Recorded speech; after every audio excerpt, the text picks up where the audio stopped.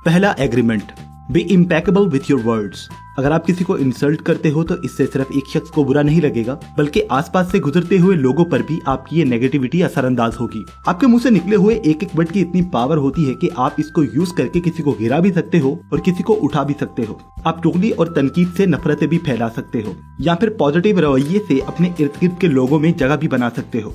इसलिए लोगों को बुरा भला मत बोलो। दूसरा agreement, don't take anything personally. For example, मान लो कि आपने बड़े बड़े बाल रखे हुए हैं। मैं आपके पास आकर आपसे कहता हूँ, डूड तुम्हें जाकर बाल कटवाने चाहिए, बहुत बुरे लग रहे हो।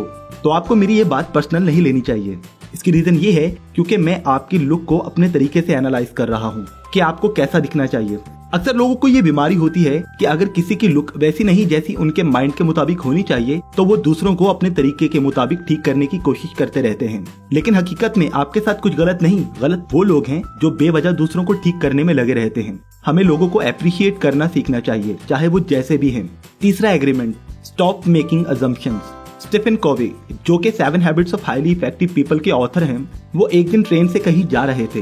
ट्रेन का माहौल बिल्कुल सुकून वाला था। फिर एक आदमी अपने बच्चों के साथ ट्रेन में चढ़ा और उनकी साथ वाली सीट पर आकर बैठ गया। इसके बच्चे बहुत ज्यादा शरारती थे और बहुत शोर कर रहे थे।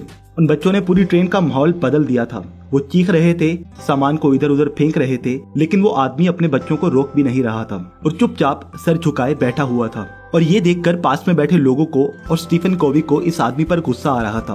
वो अज्यूम करने लगे कि कितना गैर जिम्मेदार बाप है और इसी वजह से बच्चे और भी ज्यादा बिगड़ जाते हैं।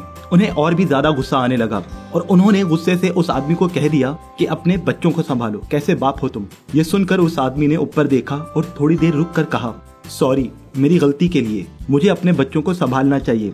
एक्चुअली मैं अभी हॉस्पिटल से आ रहा हूँ। 1 घंटे पहले ही मेरी वाइफ की डेथ हो गई है। मुझे समझ नहीं आ रहा मैं क्या करूँ, और ये बच्चे भी अभी तक इस बात को समझे नहीं हैं।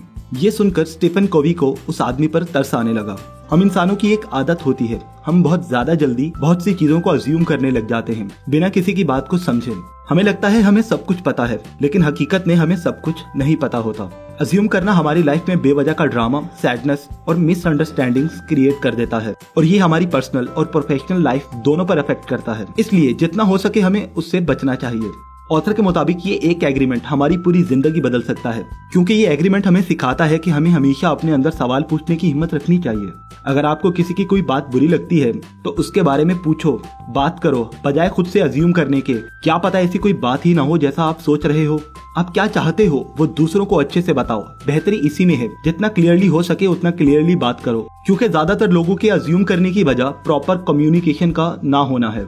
हम चाहते हैं कि सामने वाले को पता चले हमें क्या बुरा लगा और क्या नहीं, लेकिन हकीकत में इंसान इतना समझदार होता ही नहीं है कि वो ये बातें खुद से ही जान जाए। चौथा agreement, always do your best. For example, अगर आप बहुत थक गए हो और आपको एक बहुत जरूरी प्रोजेक्ट पर काम करना है और आप कर नहीं पा रहे हो, तो सोने से पहले कम से कम इस प्रोजेक्ट का 1% तो लाजमी करो। अदरवाइज आप गिल्टी फील करते रहोगे कोई भी एक्शन ना लेने पर।